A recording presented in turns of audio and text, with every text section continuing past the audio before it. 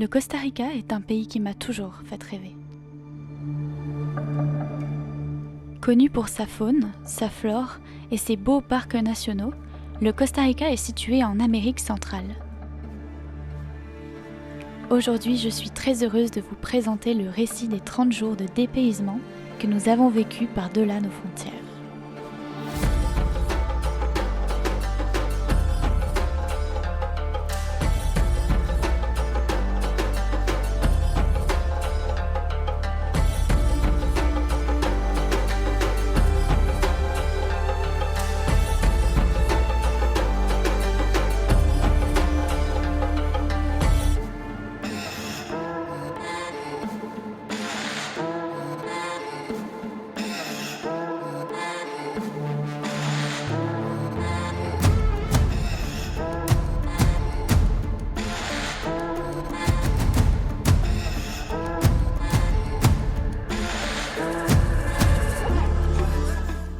Comme la plupart des voyageurs, nous atterrissons à San José.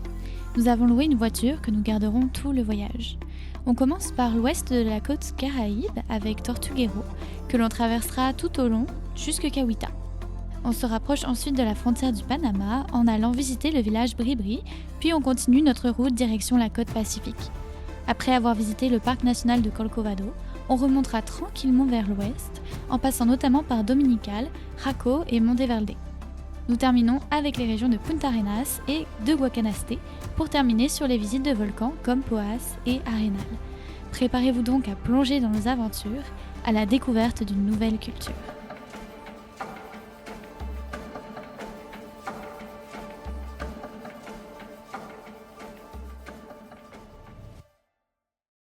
Nous sommes enfin arrivés au Costa Rica. On a eu 7 heures d'escale entre nos deux vols.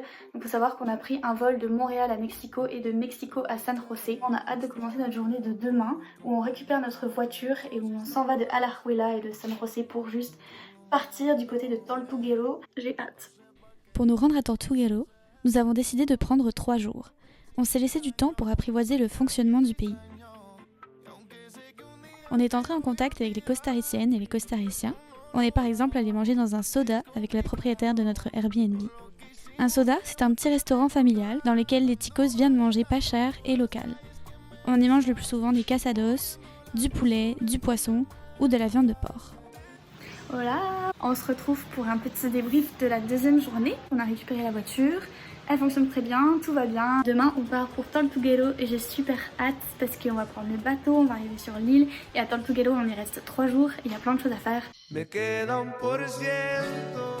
Tortuguero est un village de la province de Limón, situé sur un banc de sable et bordé par la lagune d'un côté et la mer Caraïbe de l'autre. Pour y accéder, il faut laisser sa voiture sur le continent et prendre un petit bateau à moteur pour se rendre sur les canaux navigables qui l'entourent. Surnommée Amazonie de l'Amérique centrale, Tortuguero vit aujourd'hui du tourisme.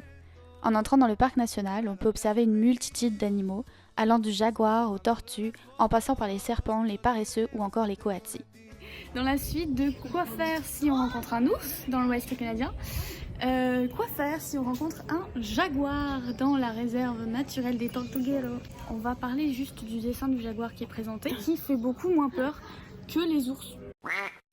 Donc quoi faire en cas d'attaque de jaguar? Tout à l'heure notre guide Hugo nous l'a dit, c'est-à-dire qu'il faut se grandir. Pour les gens petits, on peut lever les bras, ne pas courir, paraître sûr de soi, regarder dans les yeux le jaguar et puis voilà, s'en aller tranquillement, pas de panique, tout va bien.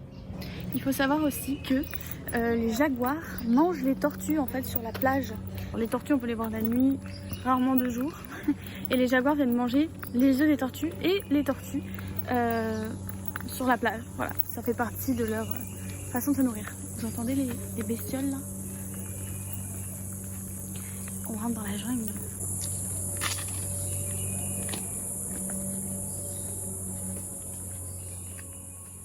Je vous conseille de réserver des excursions avec Hugo Sour. Il fait partie des guides qui n'emmènent pas de grands groupes de personnes avec lui et qui a un profond respect autant pour la faune que pour la flore. Nous avons eu la chance d'aller observer la ponte des œufs de tortue avec lui et aucune photo, aucune vidéo, aucune lumière ni même aucune parole n'était autorisée sur le site de nidification. C'était une expérience inoubliable que je ne peux donc pas partager mais qui va rester gravée dans nos mémoires.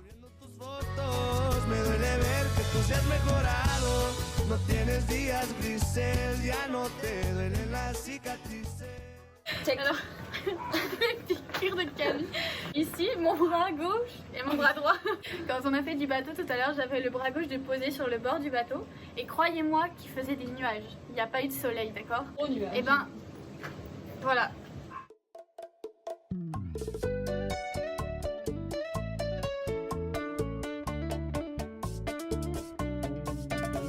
Me pediste que te mandara mi ubicación y yo estaba en un bar en medio del malecón y ninguno de los dos anda buscando amores, solamente vivir la vida con sus colores. Hablamos, bailamos y así fue que empezamos con una... Bon, c'est le jour 2 et on s'est réveillé avec une mauvaise surprise. Akia la tourista, donc des crampes de ventre. En même temps, toutes les deux en se réveillant ce matin. On suspecte le Coco Loco Hotel. Je pense que c'est le responsable. Donc là, pour info, on est en train de prendre des sachets hydratants, de solutions hydratantes. Parce qu'on perd beaucoup d'eau et c'est pas bon. Sans vous donner de détails, vous avez compris. Alors attention tout le monde. Bien que les panneaux l'indiquent, l'eau n'est pas bonne à boire pour les touristes sur l'île de Tortuguero. Sachez-le et achetez des bouteilles d'eau. Il est actuellement 11h20. On a perdu l'île. Ça va pas.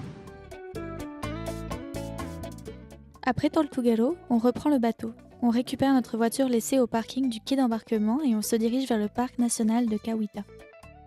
Sur la route, on longe la Playa Negra et on profite du paysage et de l'ambiance un peu babacool qui est assez spécifique à cette partie du pays.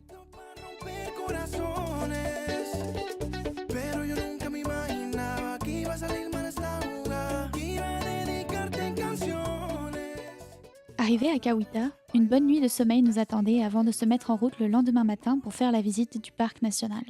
On a une grosse journée aujourd'hui puisqu'on fait le parc national de Cahuita et qu'ensuite on va aller du côté de Puerto Viejo voir les plages. Seulement, est-ce que vous entendez? Vous ne voyez pas mais vous entendez j'imagine, pluie tropicale.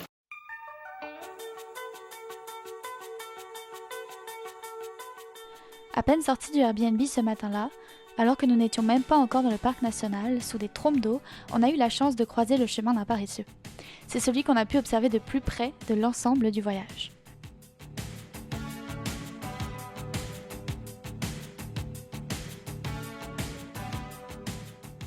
La touriste me guette de nouveau. Concernant le parc de Cahuita, prévoyez plusieurs heures pour aller au bout.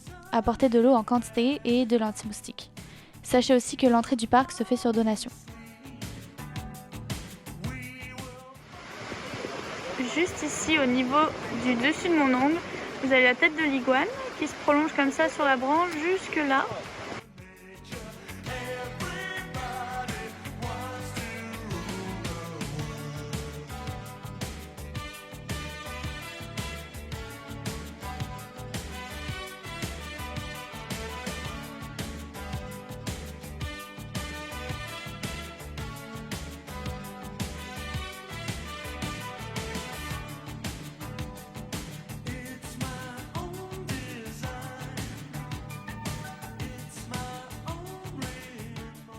Et regardez les singes, puis Camille s'est fait piquer par des trucs. Ça doit être énorme. Je vais-t-elle mourir demain? Regardez ça. Oh.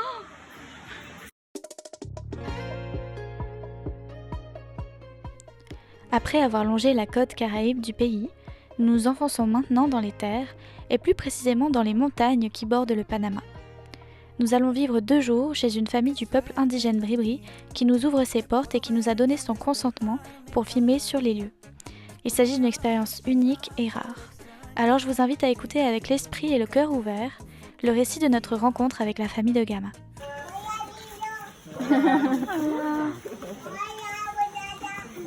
Hola, guapa.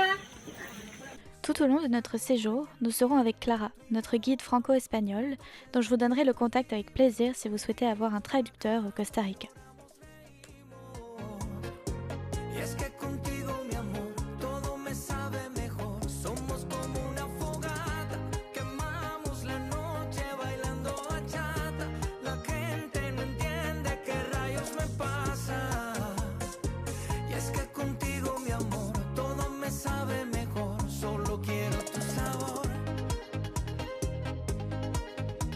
Porque el cacao es demasiado bueno para el suelo. Eso mismo, looking for the sun. Tu vas la tourner comme ça, elle va être pas phosphorée. Desde esa noche que nos probamos, nos dimos gusto y más nunca nos despegamos. De temps en temps, c'est complètement sacré. Pueden chuparlo. Pueden chuparlo. Porque llegaste para quedarte y ahora sin ti no voy a ningún. Les Bribri parlent leur propre langue et ont leurs propres écoles. Les familles vivent ensemble sur les terres sacrées et sont pour la plupart autosuffisantes, c'est-à-dire qu'elles s'alimentent à partir de leurs propres ressources. Ce qui m'a le plus marqué, c'est que les Bribri s'organisent dans un système matriarcal, donc à l'opposé du système patriarcal auquel nous sommes habitués. Ce sont donc les femmes qui effectuent les rituels sacrés, qui sont en charge des finances, mais aussi qui prennent les décisions importantes. Et ça se ressent dès notre arrivée. Camille et moi, on s'est sentis en sécurité et en confiance.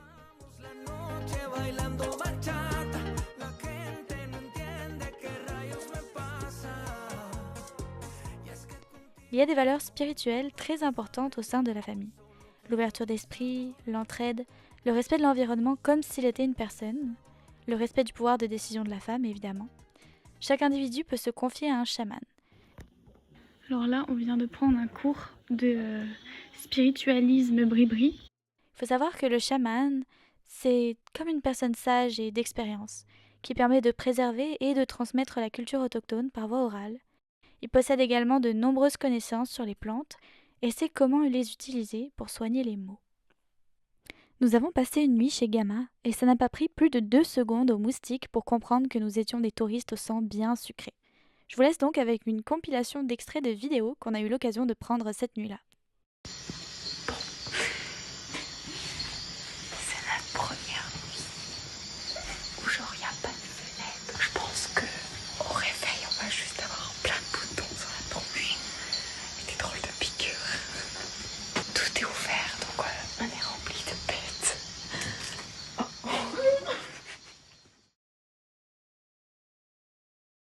Voilà tout le monde, je viens de me réveiller. Je suis habillée comme ça. J'avais juste le nez et le menton comme ça qui dépassaient pour pouvoir respirer. Et je me suis fait piquer ici, ici, ici. J'avais les mains donc qui dépassaient de mes manches. Et je vais vous montrer mes mains. Voilà, donc ça c'est mes mains. Se faire piquer par les moustiques, on en a beaucoup ri. Ça fait évidemment partie du deal. Ça nous a pas empêché de partir en balade sur les terres Bribri avec Clara et Gamma le lendemain. On est sur une route là. Le taux d'inquiétude. J'ai envie entre les mains là, vous avez pas peur? No worry, be happy. Passe peut-être à droite de la grosse pierre qu'il y a devant. Ouais.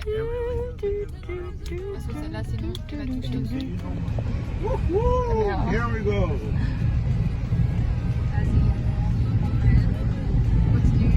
Au-delà de l'adrénaline que la route nous a procurée, cette balade était l'occasion pour Gamma de nous présenter le territoire sacré Bribri et toutes ses richesses.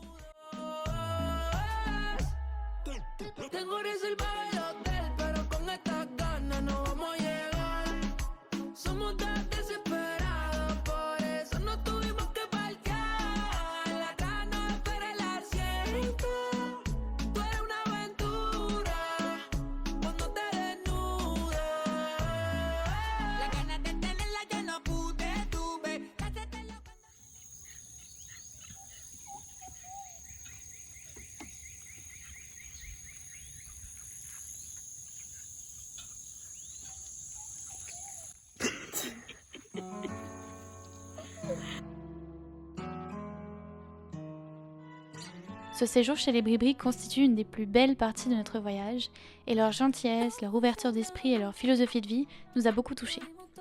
C'est donc la tête remplie de beaux souvenirs que nous avons ensuite repris la route, qui en quelques jours nous mènera jusqu'à Bahia Drake et au parc national de Corcovado.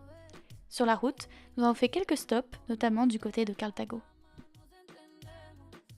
Après presque 4 heures de route, on est à Orochal, dans une petite tente bien sympa dehors. Je vais montrer un peu où on est, c'est vraiment très mignon. Donc là vous avez la petite terrasse ici, une petite piscine. Et puis on a des tentes comme ça, donc la nôtre c'est petite, c'est juste pour 2, hein, c'est pas une familiale. Mais voilà, c'est un petit confort simple comme on aime, dans la nature. Pour information, on est dans la Calle El Tucan Et donc c'est une région où il y a pas mal de toucans, au-delà du fait que la Calier s'appelle El Toucan. J'espère qu'on va avoir des toucans parce que c'est un des animaux qu'on n'a pas encore vu. Donc j'espère en voir.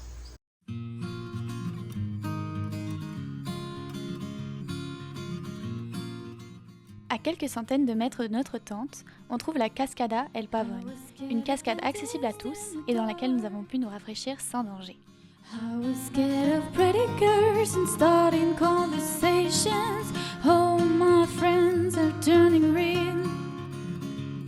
You're the magician assistant in the dream. On s'arrête sur une dernière plage avant d'arriver à Corcovado, sur laquelle malheureusement mon drone a rendu l'âme, n'ayant pas résisté à l'humidité ambiante. Ce soir, on fait du couchsurfing chez notre guide qui nous emmènera dans le parc national à partir de Puerto Jiménez le lendemain. To the dark side, I wanna be your left-hand man. I love you when you're singing that song, and I got it all by my throat, 'cause you're gonna sing the words wrong. Where the sea meets the jungle. Corcovado n'est pas le parc que les touristes ont pour habitude de citer en premier. Pour autant, nous avons fait le choix de faire un pas sur celui de Manuel Antonio pour pouvoir passer plus de temps dans la péninsule d'Ossa, où nous avons fait du couchsurfing. Camille et moi adorons les randonnées, aussi longues soient-elles, et nous n'avons pas regretté un seul instant notre choix. Les plages sont magnifiques, conservées dans leur état sauvage, et nous avons beaucoup appris de notre guide. Pour être très honnête, je me sentais comme à Koh Lanta, surtout quand on nous a appris à ouvrir les cocos. On va l'éplucher. de rajarlo así.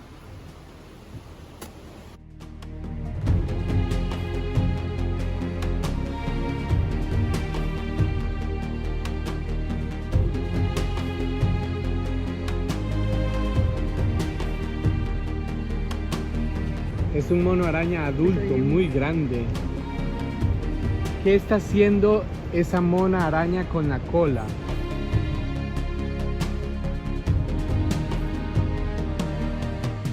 Pendant notre visite du parc, nous avons eu la chance de voir des singes de très près, mais aussi des perroquets, des coatis, et si vous y allez, vous tomberez peut-être sur les jaguars. Nous avons également observé des traces de pontes de tortues.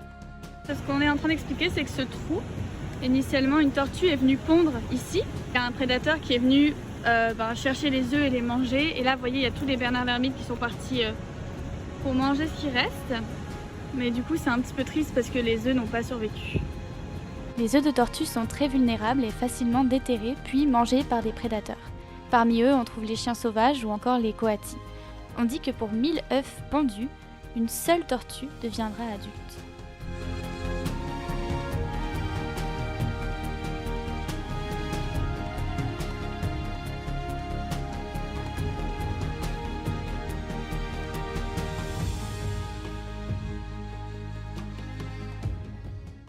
Ces dernières images concluent notre aventure dans la baie d'Ossa.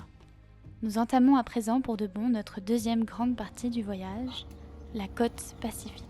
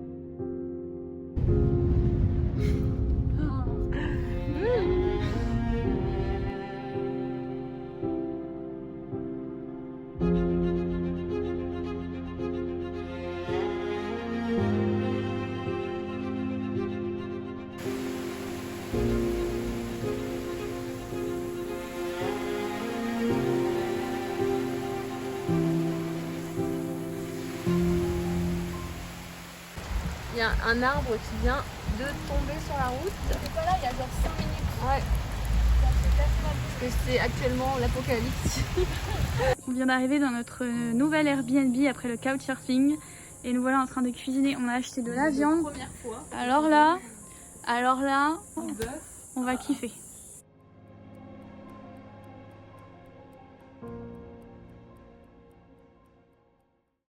Tu le vois? Regarde, il est là dans l'arbre. Tu le vois? Tu sais ce que c'est? Oui. La suite de notre voyage se poursuit sans encombre, bien que la pluie s'intensifie un peu. Nous nous rendons à Uvita, où l'on découvre le parc national de Marino Balena, célèbre pour sa plage en forme de queue de baleine. Nous avons profité de ce parc pour aller à la rencontre des baleines en bateau.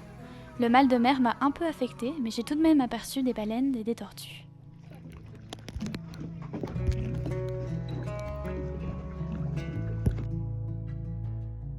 On vient d'arriver dans notre nouvelle Airbnb cabane qui est un confort.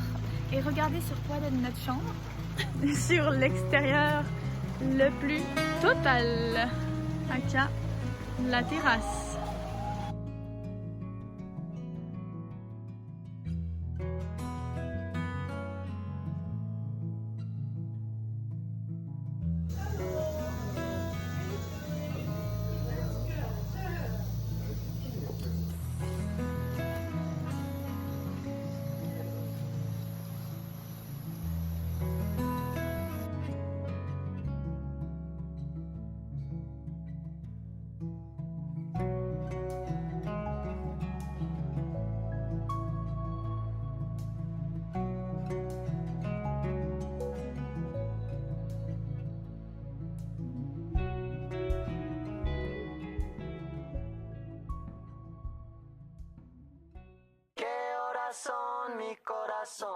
À partir de maintenant, nous longeons la côte pacifique jusqu'à Monteverde, où nous allons récupérer Giulia, la troisième membre de notre expédition. Et Giulia arrived in the vlog. On a notamment fait un rapide arrêt à Jaco, où on est monté sur El Miro, qui offre un magnifique point de vue sur toute la ville. Après Jaco, nous arrivons donc à Monteverde, où nous avons réservé plusieurs activités. Nous avons commencé par un petit plaisir, Selvatura Park. Au menu, pont suspendu et tyrolienne.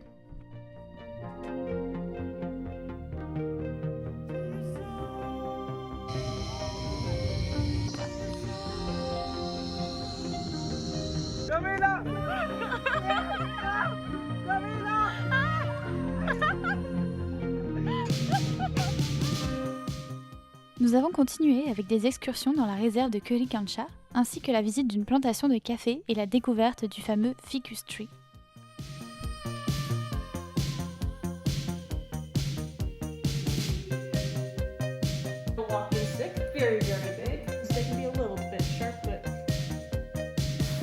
Welcome to the Ficus Tree.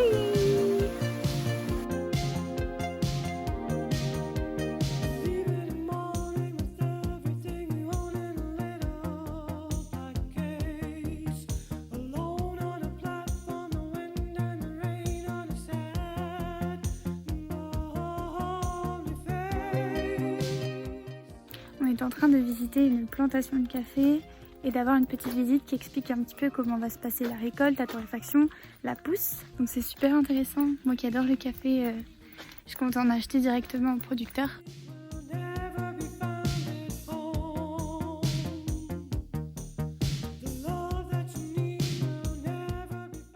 Après Monteverde, on se lance dans la grande région de Punta Arenas.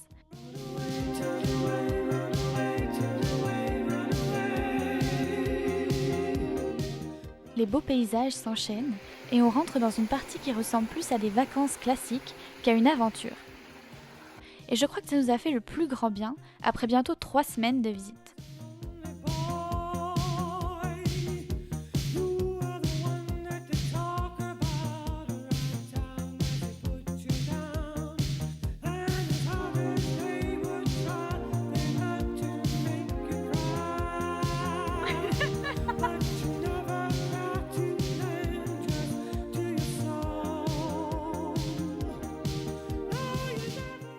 Si j'avais à m'arrêter sur un point en particulier à propos de cette partie de notre voyage, c'est qu'à chaque fois qu'on faisait des promenades dans les parcs nationaux, les bruits d'animaux nous surprenaient de plus en plus. C'est les singes préférés de Camille. Mais le bruit qu'ils font. What is the name in English? Howling monkeys. Howler monkeys. Les singes hurleurs. Donc il y a 3 types de singes qu'on a vus jusqu'à présent. Les capucins, à face blanche, les singes hurleurs et les singes araignées. Entre 2 plages, et parce qu'on reste qui on est, on continue nos randonnées aventureuses. À ce stade, notre itinéraire n'est plus vraiment organisé et on s'arrête dans des endroits sans jamais vraiment trop savoir sur quoi on va tomber. Alors vous voyez, on est arrivé là. Et là on cherchait le chemin parce que n'y a pas trop de chemin. Le chemin c'est là. J'ai dit que c'était une balade. Pourquoi on se retrouve à escalader des arbres?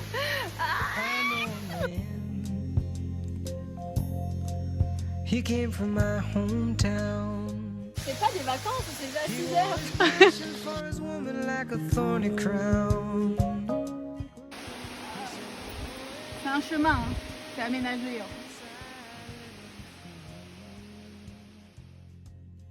Malgré les péripéties, nous voilà rendus à Isla Tortuga. On enchaînera ensuite les belles plages en continuant notre route vers Santa Teresa, Samara, Nicoya et Tamarindo.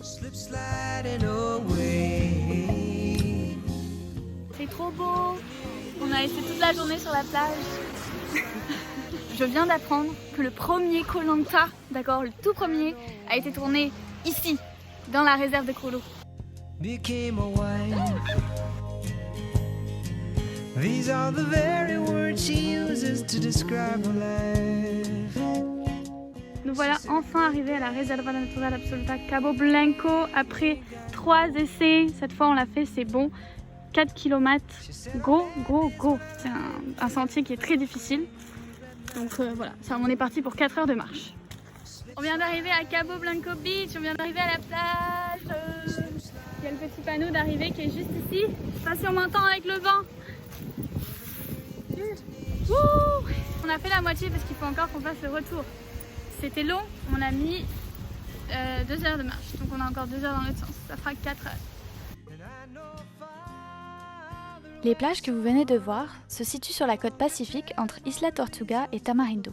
C'est difficile de toutes les lister et le mieux selon moi, c'est d'en sélectionner quelques-unes tout en se permettant de se perdre un peu pour en découvrir d'autres, peut-être un peu moins célèbres et un peu plus sauvages.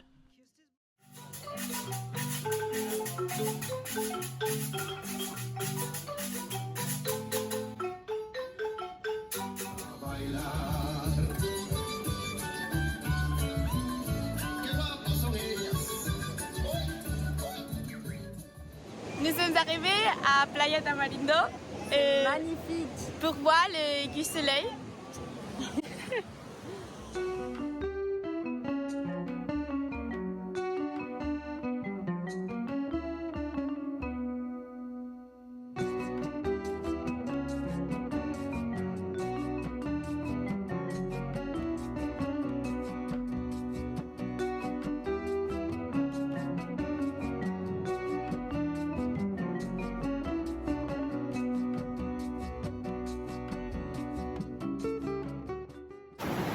Petite vlog pour vous montrer comment le ciel est beau et bleu ici et comment il est juste noir et qu'on va se taper une énorme drache ici. Donc le climat change du tout au tout très vite. Ouh, on rentre là-bas. On était là, hein. On était juste là, hein. Je l'avais dit. Trempé. Même si, comme vous pouvez le voir, il s'agit d'endroits plus touristiques, nous avons apprécié les spectacles pyrotechniques, les restaurants et les smoothies de Tamarindo. Après s'être reposés, nous sommes prêtes à dire au revoir à l'océan et à nous diriger dans la région de Guacanaste pour les derniers jours de notre voyage. Nous allons pouvoir admirer des volcans de près et j'avais super hâte de faire cette partie du voyage parce que c'est un type de paysage que je n'avais encore jamais rencontré. Il y a un fruit qui est tombé sur la voiture et qui a fait une bosse. La pomme toxique. Boum. Mais la pomme toxique, c'est pas si gros. Boum. Avec la hauteur.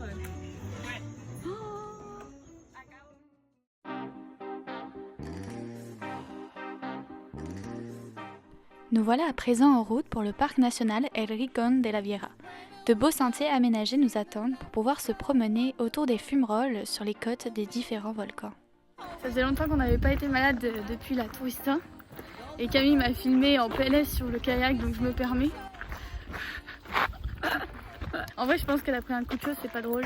Protégez-vous, le soleil au niveau de l'équateur est tellement plus fort. Vous voyez ça? C'est le ventre de Camille en ce moment.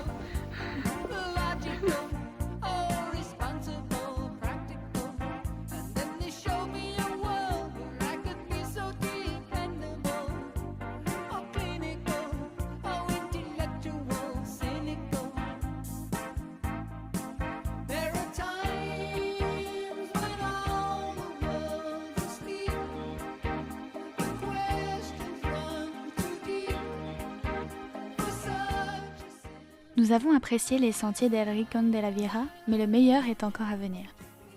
Dans 3 minutes de vidéo top chrono, nous serons Julia, Camille et moi, assises dans notre avion retour.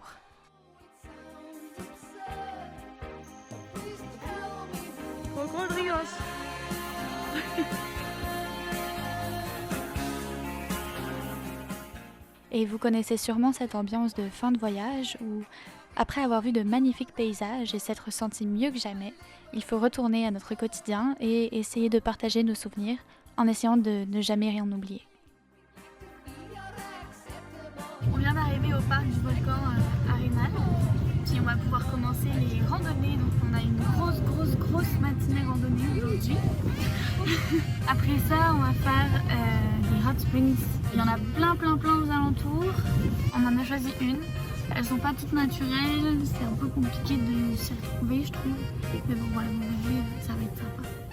Alors, tandis que vous observez maintenant des images du parc national du volcan Arenal, qui peut-être vous donneront envie d'aller au Costa Rica, moi je me remémore des souvenirs formidables.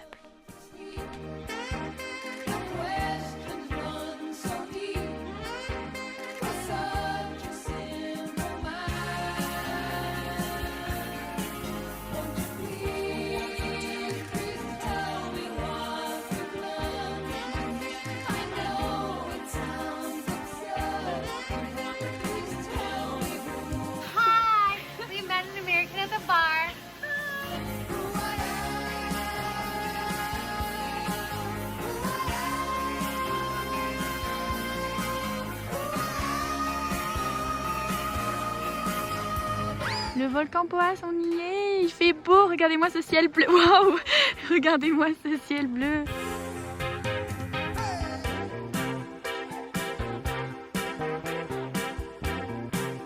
C'est tellement beau, ça vaut tellement le coup, je suis toute excitée.